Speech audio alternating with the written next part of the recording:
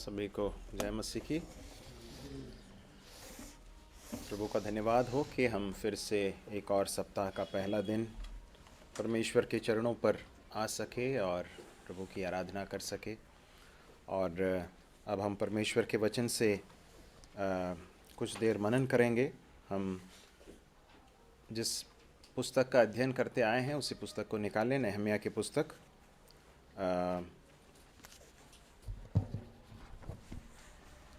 नहम्याह की पुस्तक उसका 4था अध्याय निकाल लीजिए।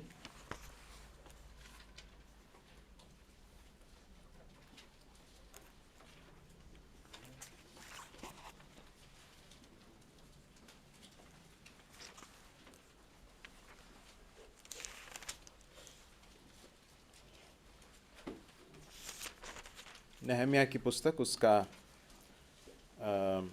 4था अध्याय 10 से लेकर 23 तक पढ़ लें। Verse 10 to 23। Nehemiah chapter 4 verse 10 to 23।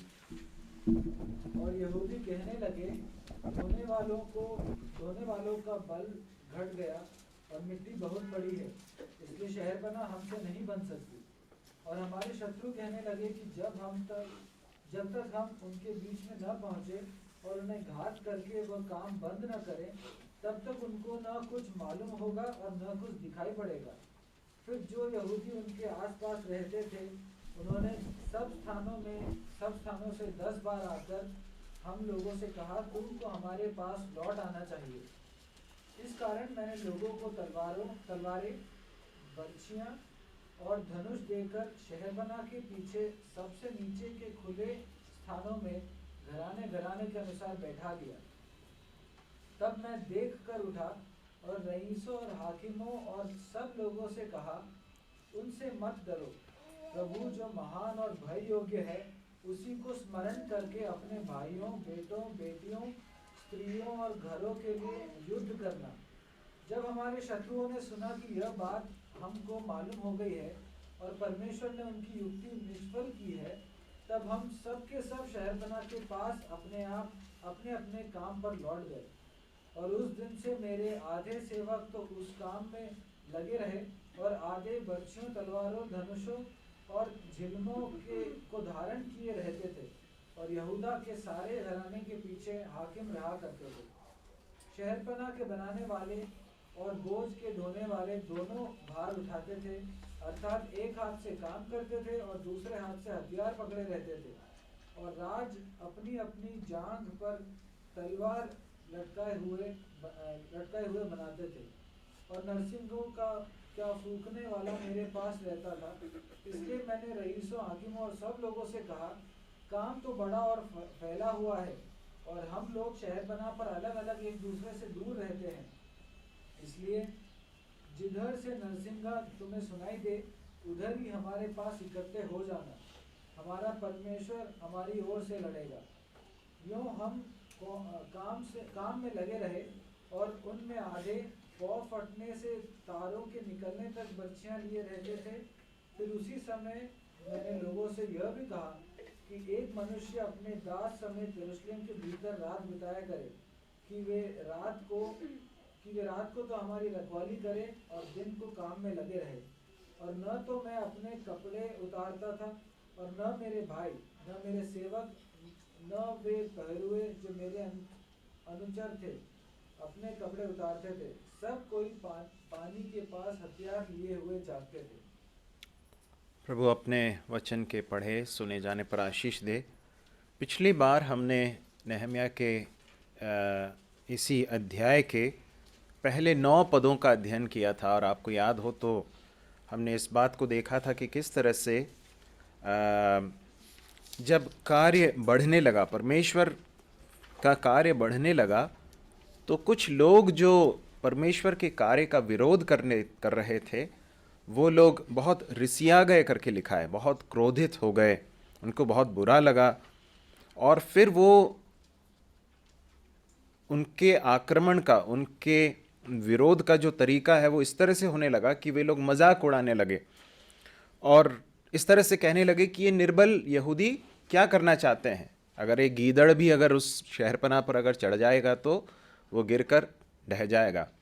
और हमने इस बात को देखा था कि परमेश्वर निर्बलों को ही उपयोग में लाते हैं, अपनी महिमा का पात्र बनाते हैं। और हमने इस बात को देखा कि इस सब के बावजूद नहम्याह प्रार्थना में परमेश्वर के चरणों पर जाता है। चौथे पद में और 5वें पद में हम देखते हैं कि इस सब का सामना नहम्याह किस तरह से करता है। उनको कुछ उत्तर देने के बजाय वो सीधे परमेश्वर के पास आकर कहता है कि प्रभु, हमारा अपमान हो रहा है, ये लोग क्या कह रहे हैं आप देखिए।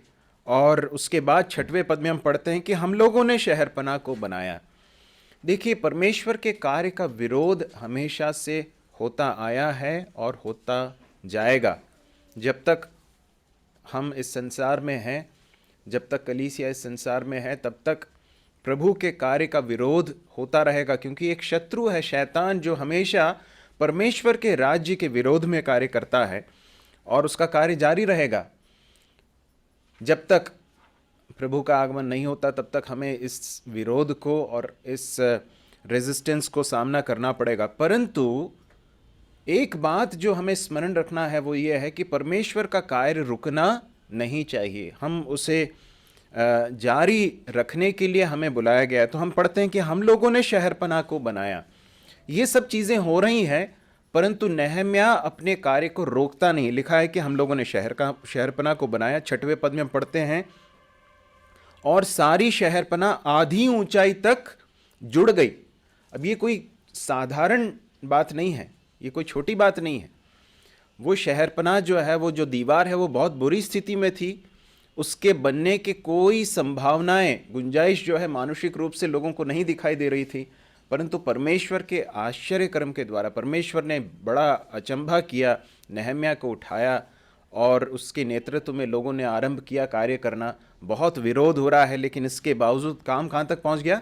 आधा काम हो गया। इस बात को याद रखिए कि आधा काम हो गया है। उसके बाद 7वें पद से आगे हम पढ़ते हैं कि फिर विरोध जो है बढ़ रहा है। जैसे जैसे काम बढ़ता है वैसे वैसे विरोध भी बढ़ता है। लिखा है कि उन्होंने बहुत ही बुरा माना और फिर उन्होंने इस तरह से विचार किया कि जाकर यरूशलेम से लड़ें और उसमें गड़बड़ी डालें। जब विरोध को हम देखते हैं तो उसमें भी तीव्रता बढ़ती जा रही है। पहले वो लोग मजाक उड़ा रहे थे और पहले वो लोग उनके बारे में गलत आरोप लगा रहे थे। अब क्या हो रहा है? अब वे आक्रमण करने पर, फिजिकल असॉल्ट के ऊपर वे लोग तैयार हो गए हैं। और लिखा है कि वे लोग जाकर लड़ने के लिए तैयार हो गए। 9वें पद में हम क्या देखते हैं? परंतु हम लोगों ने अपने परमेश्वर से प्रार्थना की। मेरे प्रिय भाइयों और बहनों, आज नहीं तो कल मुझे और आपको भी विरोध का सामना करना पड़ सकता है। सुसमाचार का विरोध बहुत ही स्वाभाविक है, क्योंकि परमेश्वर का जो शत्रु है शैतान, वो कभी नहीं चाहता है कि लोग उसके चंगुल से, उसके वश से छूटकर परमेश्वर को जान लें, सच्चाई में आ जाएं। और इसलिए परमेश्वर का कार्य जब आगे बढ़ता है तो निश्चित रूप से शैतान उसके प्रति अपने विरोध को दर्ज कराता है। तो यहाँ पर हम देखते हैं कि फिर बढ़ रहा है। लेकिन हमारा प्रत्युत्तर क्या होना चाहिए, इसके विषय में हम पढ़ते हैं। परंतु हम लोगों ने क्या किया? अपने परमेश्वर से प्रार्थना की। लेकिन प्रार्थना ही नहीं की, उन्होंने जो सतर्कता के कदम उठाने थे वो भी किए और उनके डर के मारे उनके विरुद्ध दिन रात के पहरुए ठहरा दिए। अलर्टनेस या सतर्कता भी बहुत ज़रूरी है। अब 10वें पद में हम आते हैं, जहाँ से हमने आज पढ़ा, और वहाँ हम देखते हैं, परंतु यहूदी कहने लगे, ढोने वालों का बल घट गया और मिट्टी बहुत पड़ी है, इसलिए शहरपनाह हमसे नहीं बन सकती। अब ज़रा सोचिए क्या हो रहा है यहाँ पर। अभी तक जो आक्रमण था वो कहाँ से था? बाहर से था। विरोध जो था वो बाहर से था। जो समस्याएं आ रही थी वो कहाँ से आ रही थी? बाहर से आ रही थी। परंतु अब कहाँ से समस्या आ रही है? अंदर से ही आ रही है। और किस तरह से आ रही है? लोग बहुत निराश हो गए, ऐसा लिखा है कि ढोने वालों का बल घट गया, मिट्टी बहुत पड़ी है, इसलिए शहरपनाह हमसे नहीं बन सकती। देखिए, यहाँ पर हम जब इस पुस्तक को पढ़ रहे हैं तो हमें समझना चाहिए, हमें इस बात को देखना होगा कि कार्य कहाँ तक पहुँच चुका है। जब कार्य आरंभ हो रहा था तो इतना कूड़ा था, इतना कचरा था, इतनी मिट्टी थी कि ये कार्य आरंभ करना ही बड़ा मुश्किल था। परंतु हमने देखा कि लोग बड़े मन के साथ, हम कहाँ उसको देखते हैं, शायद 3 अध्याय में हम पढ़ते हैं कि लोगों के अंदर काम करने का मन था करके लिखा है। यदि आपको दिखे तो बता सकते हैं।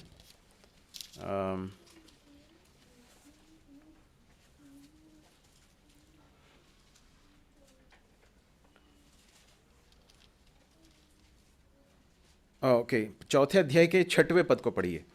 4 अध्याय के 6वें पद को पढ़िए। और हम लोगों ने शहरपनाह को बनाया और सारी शहरपनाह आधी ऊंचाई तक जुड़ गई, क्योंकि लोगों का मन उस काम में नित लगा। क्योंकि लोगों का मन उस काम में नित लगा रहा। अंग्रेजी में किस तरह से लिखा है आप जानते हैं? इस तरह से लिखा है कि they had a mind to work, they had a heart to work. परमेश्वर के कार्य को करने की बड़ी इच्छा उनके अंदर थी। इसलिए क्या हो रहा था, वे लोग शहरपनाह को कहां तक बना पाए? आधी ऊंचाई तक बना पाए। लेकिन अब क्या हो रहा है? अब मन जो है, मन के अंदर कुछ हो रहा है। देखिए, मानसिक निराशा और मानसिक जो कमज़ोरी है वो कई बार परमेश्वर के कार्य के लिए रुकावट बन जाती है। ये नहम्याह की पुस्तक में से हम अच्छी तरह से देख सकते हैं। यहाँ पर समस्या क्या मालूम है? लोग क्या हो गए हैं? निराश हो गए हैं, लोग हताश हो गए हैं। क्यों हताश हो रहे हैं? उनको क्या दिख रहा है? वहाँ वो कहते हैं कि मिट्टी बहुत बड़ी है, ढोने वालों का बल घट गया है, इसलिए हम शहरपनाह नहीं बना सकते। जितना काम हो चुका है उस पर से नज़र हट गई, और किसके ऊपर नज़र है अभी? जो काम नहीं हुआ है। बहुत सारा काम पड़ा हुआ है, बहुत कूड़ा है, बहुत कचरा है, बहुत मिट्टी पड़ी है। इस सब को हम नहीं कर पाएंगे। निराशा का बात ही मालूम है, जब हम शारीरिक रूप से थक जाते हैं तब भी कई बार निराशा आ जाती है। आपने इस बात को देखा होगा, कई बार जब हम बहुत शारीरिक रूप से थक जाते हैं तो कई बार हमारे अंदर काम करने का कोई मन नहीं रहता है। ये लोग भी बहुत थक गए हैं, शारीरिक रूप से भी थक गए हैं और आत्मिक रूप से कमज़ोर हो गए हैं। क्यों हम कमज़ोर हो गए? हम देख सकते हैं कि इनकी नज़र जो है जिन चीज़ों के ऊपर होनी थी वहाँ से हट गई। प्रभु की ओर उनकी नज़र होनी चाहिए थी। वे लोग किसकी ओर देख रहे हैं? जो काम पड़ा हुआ है, जितना अधूरा काम पड़ा हुआ है उसकी ओर देख रहे हैं। परमेश्वर ने जो बड़ा काम पिछले दिनों में कर दिया है, जो हो चुका है, उसको नहीं देख पा रहे हैं। जो काम बहुत सारा पड़ा हुआ है उसे देख रहे हैं। कहते हैं कि शहरपनाह हमसे नहीं बन सकती। देखिए, निराशा जो है ना, शैतान का एक बहुत बड़ा अस्त्र है। हमको ऐसा लग सकता है कि यहाँ पर ये जो हो रहा है इसमें सनबल्लत और तोबिया और गेशेम और दूसरे जो विरोध करने वाले लोग हैं उनका हाथ नहीं है। परंतु आप जानते हैं कि इसके पीछे शैतान का एक बड़ा काम है। शैतान जो है परमेश्वर के काम को रोकने के लिए प्रभु के लोगों को क्या करने की कोशिश करता है? निराश करने की कोशिश करता है, हताश कर देता है। कहता है तुमसे नहीं हो सकता, ये इतना बड़ा काम है, इतना सारा काम है, तुम कैसे करोगे? परमेश्वर के कार्य को जब हम देखते हैं तो कई बार हमारे मन में ऐसे विचार आ सकते हैं कि ये मेरे से नहीं हो सकता, ये हमसे नहीं हो सकता। परंतु हमें इस बात को कभी भूलना नहीं है कि काम परमेश्वर का है। पिछले दिनों हमने इस बात को सुना था कि युद्ध किसका है? यहोवा का है। The battle belongs to the Lord. कार्य परमेश्वर का है। परमेश्वर ने अभी तक किया है तो परमेश्वर आगे भी कर सकते हैं। हमारी ताकत, हमारी बुद्धि के कारण नहीं है काम अभी तक यहां पर पहुंचा है।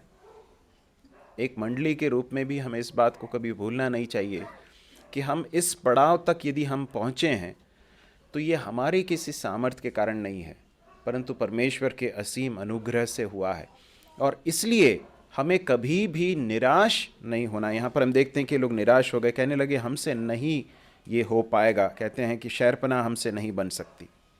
उसके बाद देखिए क्या हो रहा है 11वें पद में, हमारे शत्रु कहने लगे, जब तक हम उनके बीच में न पहुंचे और उन्हें घात करके वह काम बंद न करें, तब तक उनको कुछ मालूम होगा और न कुछ दिखाई पड़ेगा। अब बाहर जब शत्रुओं को भी इस बात की खबर लगी होगी कि ये लोग निराश हो रहे हैं, तो वो लोग उस अटैक को, जो आक्रमण है, उसको और तीव्र कर देते हैं। और वो क्या कह रहे हैं, हम उनके बीच में चले जाएंगे, उनके ऊपर आक्रमण करेंगे, उनको मालूम भी नहीं पड़ेगा कि हम कब आ गए। अब क्या होता है, ये जब बातें लोगों के पास पहुंचती, किन लोगों के पास? उन यहूदियों के पास जो इन लोगों के पास रहते थे। ऐसा लिखा है 12वें पद में, क्या लिखा है, फिर जो यहूदी उनके आसपास रहते थे। किनके आसपास? ये जो विरोध करने वाले लोग हैं, शत्रु जो हैं, उनके आसपास रहते थे। वे लोग क्या करने लगे? ये यहूदी मतलब इजरायली लोगों की बात कर रहे हैं। वे लोग आकर हम लोगों से कहने लगे, तुमको हमारे पास लौट आना चाहिए। देखते हैं कि उन्होंने सब स्थानों से 10 बार आकर कहा, तुमको हमारे पास लौट आना चाहिए। मतलब क्या है, लोग भयभीत करके, शत्रु भयभीत करके लोगों का की हिम्मत जो है उसको कम करने की कोशिश कर रहा है। मैं आपको बताना चाहता हूं कि ये शत्रु का एक बहुत बड़ा चाल है कि किस तरह से परमेश्वर के लोगों के उत्साह को कम कर दिया जाए। यहाँ पर वो लोग कहते हैं कि जो यहूदी हैं वो खुद कहने लगे कि अरे ये सब हमें आक्रमण कर देंगे। और 13वें पद में हम पढ़ते हैं, इस कारण मैंने लोगों को तलवारें, बर्छियां और धनुष देकर शहरपनाह के पीछे सबसे नीचे के खुले स्थानों में घराने के अनुसार बैठा दिया। तब मैं देख कर उठा, 14वें पद को पढ़िए, और रईसों और हाकिमों और अन्य सब लोगों से कहा, उनसे मत डरो, प्रभु जो महान और भययोग्य है उसी को स्मरण करके अपने भाइयों, बेटों, बेटियों, स्त्रियों और घरों के लिए युद्ध करना। देखिए, जब शत्रु निराश करके काम को रोकना चाहता है, भयभीत करके रोकना चाहता है, नेहम्याह का जो रिस्पॉन्स है वो क्या है? वो लोगों को इस युद्ध को करने के लिए, इस कार्य को करते समय न सिर्फ अपने आप को डिफेंड करने की जरूरत है, न सिर्फ अपने आप को बचाने की जरूरत है, परंतु एक क्या बोलना चाहिए, एक योद्धा का एक मनोभाव रखने के लिए वो कहता है। और वो कहता है कि उनसे मत डरो। किन से मत डरो? इन शत्रुओं से जो परमेश्वर के कार्य को रोकने की कोशिश कर रहे हैं, उनसे मत डरो, प्रभु जो महान और भय योग्य है उसी को स्मरण करके युद्ध करो। देखिए, आपको याद होगा प्रभु यीशु मसीह ने एक स्थान पर इस तरह से कहा कि उनसे मत डरो। उसके बाद क्या कहा, आपको याद है? बताएंगे? उनसे मत डरो जो सिर्फ तुम्हारे शरीर को घात कर सकते हैं, पर उससे डरो जो तुम्हारे शरीर और आत्मा दोनों को नरक की आग में डाल सकता है। तो यहाँ पर उसी सच्चाई को हम देखते हैं। उनसे मत डरो, परंतु किससे डरो?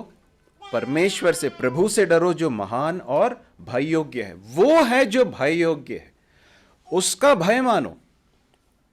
परमेश्वर का भय जो है वो हर प्रकार के दूसरे भय को, डर को दूर कर देता है। यदि हम परमेश्वर के भय में अपने जीवन को व्यतीत करते हैं ना, तो फिर हम मनुष्यों से नहीं डरेंगे। मनुष्यों को जो परमेश्वर के कार्य का विरोध करते हैं, शैतान के हाथों में अस्त्र के रूप में आ जाते हैं, उनसे हम नहीं डरेंगे। और फिर वो कहता है, उसी को स्मरण करके अपने भाइयों, बेटों, बेटियों, स्त्रियों और घरों के लिए युद्ध करना।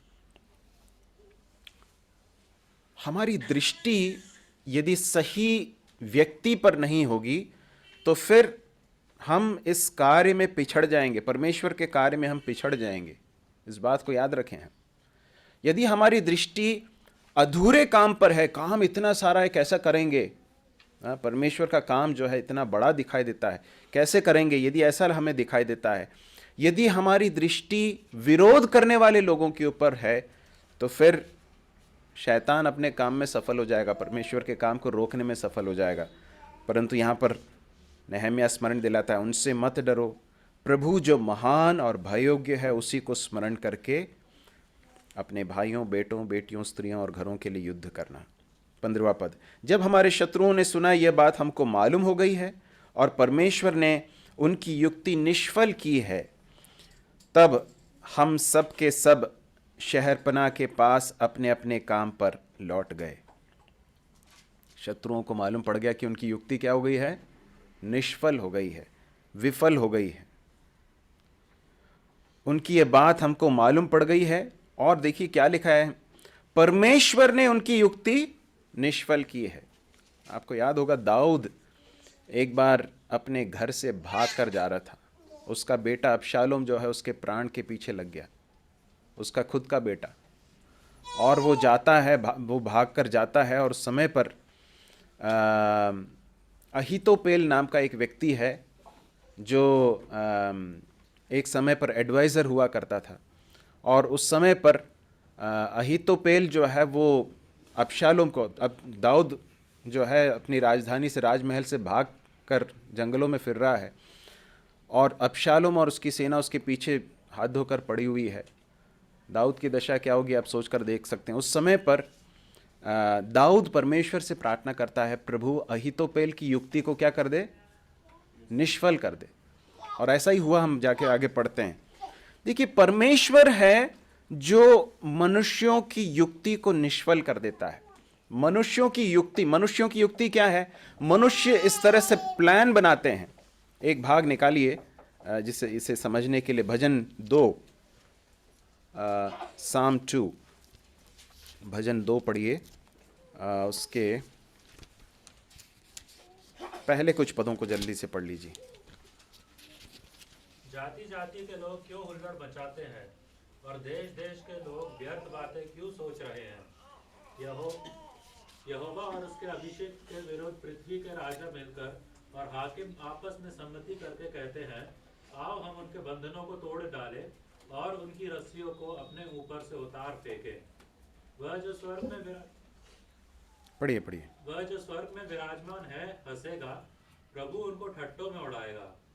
तब वह उनसे क्रोध में बातें करेगा और क्रोध में कहकर उन्हें घबरा देगा। मैं तो अपने ठहराए हुए राजा को अपने पवित्र पर्वत सिय्योन की राजगद्दी पर बैठा चुका हूँ। धन्यवाद। देखिए, यहाँ पर हम पढ़ते हैं, जाति जाति के लोग हुल्लड़ मचाते हैं, देश देश के लोग व्यर्थ बातें सोचते हैं। यहोवा और उसके अभिषिक्त कौन है? अभिषिक्त कौन है? यहोवा का अभिषिक्त कौन है? प्रभु यीशु मसीह। प्रभु यीशु मसीह है जो अभिषिक्त है।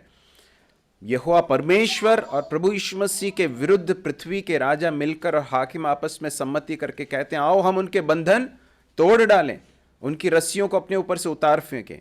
क्या हो रहा है यहां पर? ये सारी चीजें चल रही हैं। स्वर्ग में क्या हो रहा है? स्वर्ग में परमेश्वर जो विराजमान है अपने सिंहासन पर, वो हंसता है और वो उन्हें ठट्ठों में उड़ाता है। वो क्रोध में उनसे बातें करेगा और उन्हें घबरा देगा। और वो क्या कह रहा है? मैंने तो अपने ठहराए हुए राजा को अपने पवित्र पर्वत सिय्योन की राजगद्दी पर बैठा दिया है। प्रभु यीशु मसीह स्वर्ग में अपनी राजगद्दी पर विराजमान है। परमेश्वर अपने स्वर्ग के सिंहासन पर विराजमान है। संसार में शैतान और उसके द्वारा प्रेरित लोग परमेश्वर के कार्य को कितना भी विरोध करने की कोशिश कर लें, लेकिन हमारा परमेश्वर स्वर्ग में विराजमान है। इस बड़ी सच्चाई को परमेश्वर का वचन आज हमें स्मरण दिलाता है। तो यहाँ पर हम वापस आ जाएं तो हम देखते हैं कि किस तरह से विरोध हो रहा है, लेकिन परमेश्वर ने उनकी युक्ति को निष्फल कर दिया। और उसके बाद हम पढ़ते हैं कि ये लोग काम भी करते थे और साथ में अपने हाथों में हथियारों को भी रखते थे, है ना। काम को करते थे और हथियारों को भी रखते थे। क्यों? क्योंकि काम किसके लिए है? औजार किसके लिए है? परमेश्वर के कार्य को करने के लिए। हथियार किसके लिए है? अपनी सुरक्षा के लिए। देखिए, आज हम परमेश्वर के वचन से क्या पढ़ते हैं? हमारी लड़ाई की हथियार शारीरिक नहीं है। कहाँ लिखा है? आपको रेफरेंस बता सकते हैं क्या कोई?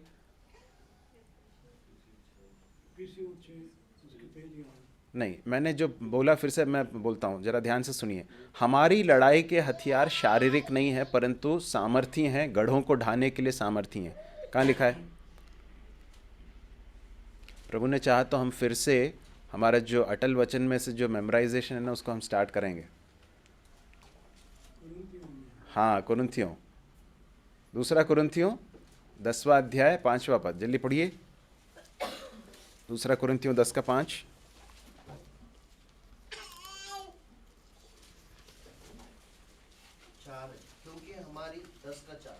क्योंकि हमारी लड़ाई के हथियार शारीरिक नहीं परंतु गढ़ों को ढा देने के लिए परमेश्वर द्वारा सामर्थी। हमारी लड़ाई के हथियार शारीरिक नहीं है, इसका अर्थ क्या है? नहम्याह के समय पर वो लोग शारीरिक शत्रुओं का सामना कर रहे थे। हमें बताया गया कि हमारी लड़ाई मनुष्यों के साथ नहीं है। इफिसियों में जो आपने बताया वो सही है। इफिसियों के से भी हम पिछले दिनों अध्ययन कर रहे थे 6वें अध्याय में कि हमारे जो शत्रु है वो कौन है? मनुष्य नहीं है। हमारे शत्रु कौन है? शैतान और उसके सेनाएं हैं। हमारी लड़ाई आत्मिक लड़ाई है, शारीरिक लड़ाई नहीं है। और इसलिए हमारे हथियार भी कैसे नहीं है? शारीरिक नहीं है। हमारी लड़ाई के हथियार आत्मिक हैं, गढ़ों को ढा देने के लिए परमेश्वर के द्वारा सामर्थी हैं। और इसलिए आज हमें परमेश्वर के कार्य को करने के लिए अपने आप को पूरी रीति से देने की भी ज़रूरत है और साथ में परमेश्वर के सारे हथियारों को पहनने की भी ज़रूरत है। इफिसियों उसके 6वें अध्याय में हमने देखा था कि वो हथियार क्या है। वो हथियार जो है बंदूक और छुरी और तलवार ये सब नहीं है, परंतु वो हथियार क्या है? सत्य है, धार्मिकता है, सुसमाचार की तैयारी है। बहुत सारी चीज़ें हमने देखी थी, मैं उस सब में जाना नहीं चाहता, परंतु ये है हमारे हथियार। और एक आत्मिक व्यक्ति परमेश्वर के कार्य के लिए तभी उपयोगी हो सकता है, तभी सफल हो पाएगा जब वो अपने कार्य को करता रहेगा और साथ में सारे हथियार को पहनकर परमेश्वर के सारी सुरक्षा से भी लैस रहेगा। तो हम इस बात को देखते हैं कि उन्होंने ये सब किया। और उसके बाद 19वें पद में नहम्याह उनसे कहता है, इसलिए मैंने रईसों, हाकिमों और सब लोगों से कहा, काम तो बड़ा और फैला हुआ है। देखिए अब ये बहुत रोचक बात है। ये काम जो है सिर्फ एक स्थान पर सीमित नहीं था। ये काम कैसा है? दीवार का काम है, तो दीवार तो पूरे शहर के चारों ओर रहती है। तो ये काम फैला हुआ है और बड़ा काम है। और हम लोग शहरपनाह पर अलग अलग एक दूसरे से दूर रहते हैं, इसलिए जिधर से नरसिंगा तुम्हें सुनाई दे उधर ही हमारे पास इकट्ठे हो जाना, हमारा परमेश्वर हमारी ओर से लड़ेगा। अब देखिए, सब लोग अपने अपने फ्रंट पर कार्य कर रहे हैं। परमेश्वर ने आप सबको, हम सबको परमेश्वर ने अलग अलग स्थानों पर अपने कार्य को रखने के लिए तैनात किया है। परमेश्वर ने हमें जिस स्थान पर रखा है, अपनी नौकरी के स्थान पर हो, अपने स्कूल में हो या कॉलेज में हो या फिर अपने व्यवसाय के क्षेत्र में हो, इस बात को याद रखिए कि परमेश्वर ने अपने कार्य को करने के लिए, परमेश्वर के राज्य के कार्य के लिए हमें रखा है। जब हम कार्य करते हैं और जब समझ में आता है कि किसी एक स्थान पर किसी एक व्यक्ति के साथ कुछ समस्या हुई है और शैतान ने उस पर आक्रमण किया है, तो हमारा प्रत्युत्तर क्या होना चाहिए? क्या प्रत्युत्तर होना चाहिए? बाकी सब लोग तुरंत वहां पर इकट्ठे हो जाएं और उसकी सुरक्षा के लिए वहां पहुंच जाएं। वहां पर शारीरिक लड़ाई चल रही थी, यहां पर आत्मिक लड़ाई है। हम जब एक कलीसिया के अंग हैं, एक मंडली के अंग हैं, ये बहुत ही ज़रूरी है कि हम देखें कि क्या हो रहा है, हम सब के जीवन में क्या चल रहा है। यदि हमें समझ में आता है कि कहीं पर किसी के साथ कुछ तकलीफ़ हो रही है, तो बाकी लोगों को रैली करके, अंग्रेज़ी में जो शब्द है वी वुड रैली टुगेदर, अर्थात वहाँ पर पहुँचेंगे। रैली का अर्थ ये नहीं कि जुलूस निकाल कर, वो नहीं बोल रहे हैं। अर्थ ये है कि सब लोग इकट्ठे हो जाएं वहाँ पर इकट्ठे हो जाएं उस व्यक्ति की मदद करने के लिए। कि कोई व्यक्ति यदि गिर जाता है, तो जब युद्ध के क्षेत्र में एक सैनिक गिर जाता है तो बाकी सैनिक उसको छोड़कर भाग नहीं जाते। क्या करते हैं? उसको मदद करते हैं, उसकी सुरक्षा करते हैं, उसको सुरक्षित स्थान पर पहुंचाते हैं, उसको रिकवर करने के लिए उसकी मदद करते हैं। इसी तरह से मंडली के अंदर, कलीसिया के अंदर यदि एक विश्वासी अगर गिर जाता है, अलग अलग तरीके से गिर सकता है, अगर गिर जाता है तो फिर कलीसिया के अन्य विश्वासियों को ये नहीं करना कि उसको देखकर हंसे या उसका मजाक उड़ाएं, परंतु क्या करना है, उसकी मदद करने के लिए भागना है, उसकी मदद करने के लिए, उनकी मदद करने के लिए दौड़ना है। ये है जो हमसे अपेक्षित है। यहाँ पर देखते हैं कि वो कहता है कि जिधर से नरसिंगा तुम्हें सुनाई दे उधर ही हमारे पास इकट्ठे हो जाना, हमारा परमेश्वर हमारी ओर से लड़ेगा। यूँ हम काम में लगे रहे। उन्हें आधे पाँव फटने से तारों के निकलने तक बर्छियाँ लिए रहते थे। फिर उसी समय मैंने लोगों से यह भी कहा, एक एक मनुष्य अपने दास समेत यरूशलेम के भीतर रात बिताया करे कि वे रात को तो हमारी रखवाली करें और दिन को काम में लगे रहें। अब देखिए कितने मुस्तैदी के साथ, कितने अलर्टनेस के साथ वे अपने काम को कर रहे हैं। दिन को काम कर रहे हैं और कुछ लोग जो है रात को क्या कर रहे हैं, रखवाली कर रहे हैं। 23वां पद, इस प्रकार न तो मैं अपने कपड़े उतारता था, मतलब कार्य के जो कपड़े हैं वो उतारता था, और न मेरे भाई, न मेरे सेवक, न वे पहरुए जो मेरे अनुचर थे अपने कपड़े उतारते थे। सब कोई पानी के पास भी हथियार लिए हुए जाते थे। देखिए मेरे प्रिय भाइयों और बहनों, मसीही जीवन और मसीही सेवकाई जो है वो एक निरंतर युद्ध का क्षेत्र है। हम कभी भी हथियार सब रख कर जो है हम आराम से नहीं बैठ सकते हैं, इस बात को याद रखिए। हम कभी भी रिलैक्स नहीं हो सकते हैं।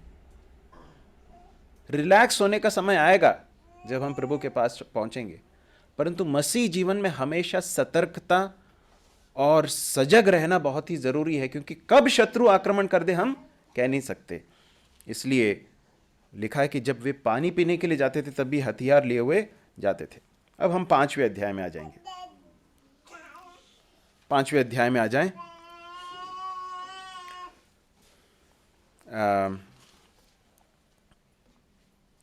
1 से लेकर 5 तक जल्दी से पढ़ लें कोई। तब लोग उनकी स्त्रियों की ओर से और उनके भाई यहूदियों के विरुद्ध बड़ी चिल्लाहट मची। कितने तो कहते थे हम अपने बेटे बेटियों समेत बहुत प्राणी हैं, इसलिए हमें अन्न मिलना चाहिए कि उससे खाकर जीवित रहें। और कितने कहते थे कि हम अपने अपने खेतों, दाख की बारियों और घरों को महंगी के कारण बंधक में रखते हैं कि हमें अन्न मिले। फिर कितने यह कहते थे कि हमने राजा को कर के लिए अपने अपने खेतों को दाख की बारियों पर उधार रुपए दिया है, परंतु हमारा और हमारे भाइयों का शरीर और हमारे और उनके लड़के वाले एक ही समान है, तो भी हम अपने बेटे बेटियों को दास बनाते हैं। वरन हमारी कोई कोई बेटी दासी भी हो चुकी है और हमारा कुछ बस नहीं चलता, क्योंकि हमारे खेत और दाख की बारियां औरों के हाथ पड़ी है। यहाँ क्या हो रहा है, यहाँ पर एक नई समस्या है। और ये समस्या कहाँ आ रही है, कहाँ से आई है जानते हैं? ये भी भीतर से है, ये भी अंदरूनी समस्या है। परमेश्वर के कार्य को नुकसान बाहरी तत्व भी पहुंचा सकते हैं और अंदरूनी तत्व भी पहुंचा सकते हैं। इस बात को हमें समझना होगा। यहां पर समस्या क्या है मालूम है? कुछ लोग हैं जो बहुत ज्यादा लालच से भरे हुए लोग हैं, पैसों का लालच, धन के लालच से भरे हुए कुछ लोग हैं जो क्या कर रहे हैं, अपने संगी यहूदी भाई बहनों का शोषण कर रहे हैं, आर्थिक शोषण कर रहे हैं। ये लोग कहते हैं कि बड़ी चिल्लाहट मची। कुछ कहते थे हम अपने बेटे बेटियों समेत बहुत प्राणी हैं, हमें अन्न मिलना चाहिए। इसका अर्थ क्या है? कुछ लोग बहुत गरीबी में हैं, ठीक है, और फिर कहते हैं हम अपने इतने खेतों, दाख की बारियों और घरों को महंगी के कारण बंधक रखते हैं कि हमें अन्न मिले। वे लोग इतने गरीब हैं कि वे लोग अपने खेत को, अपनी संपत्ति को क्या कर रहे थे, उन्होंने बंधक रख दिया, मतलब गिरवी रखा है ना, हिंदी में बोलते हैं गिरवी रखना। गिरवी रखना मतलब उनके पास रखा और उसके बदले में वो लोग अन्न या फिर भोजन उनको मिल रहा था। कुछ लोग कहते थे हमने राजा के कर के लिए अपने खेतों और दाख की बारियों पर रुपया उधार लिया, परंतु हमारा और अपने भाइयों का शरीर, हमारे और उनके बच्चे एक ही समान है, तो भी हम अपने बेटे बेटियों को दास बनाते। मतलब वहाँ पर कुछ ऐसे यहूदी थे जो बहुत रईस थे, उन्होंने इनको शायद उधारी दी, इनकी स्थिति बहुत ही खराब है, परंतु उन्होंने क्या किया, उनको अपने दास दासी बना लिया, शोषण कर रहे हैं। और लिखा है कि हमारा कुछ बस नहीं चलता क्योंकि हमारे खेत और दाख की बारियां दूसरों के हाथ पड़ी है। यह चिल्लाहट और ये बातें सुनकर मैं बहुत क्रोधित हुआ। परमेश्वर के कार्य का विरोध बाहर से तो हो रहा था, अब नहम्याह को समझ में आ गया कि अंदर भी समस्याएं हैं। अंदर क्या समस्याएं हैं? भाई अपने भाई का शोषण कर रहा है, यहूदी अपने ही लोगों का आर्थिक शोषण कर रहे हैं, उनको जो है बंधक बनाकर रख रहे हैं, उनके आवश्यकताओं को देखकर अपनी आंखें मूंद रहे हैं, जरूरतमंद लोगों को देखकर भी वो लोग बिल्कुल संवेदनहीन होकर जी रहे हैं। और ये जब नहम्याह के कान में चिल्लाहट पड़ी तो लिखा है कि मैं बहुत क्रोधित हुआ। मेरे प्रिय भाइयों और बहनों, परमेश्वर का वचन हमें स्मरण दिलाता है कि धन का लोभ जो है ना, वो बहुत बुरी चीज़ है, वो हर प्रकार की बुराई की जड़ है करके हम तीमुथियुस के पत्री में पढ़ते हैं। प्रभु यीशु मसीह के पास एक व्यक्ति आया, कहने लगा, हे प्रभु मेरे भाई को कह दे कि वो संपत्ति को मेरे साथ बांट ले। प्रभु ने कहा कि हर प्रकार के लोभ से सावधान रहो, क्योंकि मनुष्य का जीवन उसकी संपत्ति की बहुतायत के से नहीं बनता है। हमारे जीवन को हम यदि ऐसा सोचें कि हमारे पास बहुत पैसा है या हमारे बैंक में पैसा है या हमारे पास संपत्ति है तो हम ज़्यादा सुरक्षित हैं, तो परमेश्वर का वचन बताता है कि ऐसा नहीं है। तो यहाँ हम देखते हैं कि कुछ लोग थे जो खुद बहुत अच्छी अवस्था में हैं और जो बहुत बुरी अवस्था में हैं, उनको मदद तो कर ही नहीं रहे, उनका शोषण भी कर रहे हैं। नहम्याह को देखकर बहुत क्रोध होता है और वो आगे कहता है 7वें पद में, जरा 7वें पद से पढ़ें थोड़ा। तब अपने मन में सोच विचार करके मैंने रईसों और हाकिमों को घुड़ कर कहा, तुम अपने अपने भाई से प्यास लेते हो। तब मैंने उनके विरोध एक बड़ी सभा की और मैंने उनसे कहा, हम लोगों ने तो अपनी शक्ति भर अपने यहूदी भाइयों को जो अन्य जातियों के हाथ बिक गए थे दाम लेकर छुड़ाया है। फिर क्या तुम अपने भाइयों को बेचोगे? क्या वे हमारे हाथ बिकेंगे? तब वे चुप रहे और कुछ न कह सके। धन्यवाद। लिखा है कि तब अपने मन में सोच विचार करके मैंने रईसों और हाकिमों को घुड़क कर कहा। अब यहाँ पर एक बात याद रखिए कि नहम्याह और उसके साथ कुछ लोग क्या कर रहे हैं जानते हैं? जो यहूदी लोग अन्य जातियों के हाथ में बिक गए थे, दास दासी होकर बिक गए थे, ये लोग अपनी जेब से पैसे देकर उनको छुड़ा रहे हैं ताकि वो लोग आज़ाद हो जाएं, अपने स्थान पर रह सकें, अपनी चीज़ों को कर सकें। और यहाँ पर दूसरे यहूदी क्या कर रहे हैं? उसके ठीक उल्टा काम कर रहे हैं, अपने ही संगी भाई बहनों को बेच रहे हैं, दास दासी होकर बेच रहे हैं। तो इसलिए वो कहता है, हम लोगों ने तो अपनी शक्ति भर अपने यहूदी भाइयों को जो अन्य जातियों के हाथ बिक गए थे दाम देकर छुड़ाया है। फिर क्या तुम अपने भाइयों को बेचोगे? क्या वे हमारे हाथ बिकेंगे? तब वे चुप रहे और कुछ न कह सके। देखिए, लालच या लोभ जो है परमेश्वर के कार्य के लिए किस तरह से रुकावट बन जाता है, किस तरह से परमेश्वर के कार्य में नुकसान पहुंचाता है, उसका एक बहुत ही अच्छा उदाहरण यहाँ पर हम देख सकते हैं। लेकिन जब इस बात को नहम्याह ने सुना, बहुत क्रोधित हुआ करके लिखा है। 6वें पद में पढ़ते, ये सुनकर मैं बहुत क्रोधित हुआ। लेकिन उसके बाद क्या लिखा है, पढ़िए 7वें पद में। तब अपने मन में सोच विचार करके मैंने रईसों और हाकिमों को घुड़ कर कहा, तब मैंने अपने मन में सोच विचार करके, अंग्रेजी में किस तरह से लिखा है, I consulted with my self, या फिर मैंने अपने आप से बातचीत की, ये है उसका अर्थ। क्रोध जब होता है, हमारे मन में क्रोध कई बार अनावश्यक रूप से आ सकता है, कई बार कुछ आवश्यक कारणों से भी आ सकता है। क्रोध सही भी हो सकता है, क्रोध गलत हो सकता है, क्रोध में हम पाप कर सकते हैं।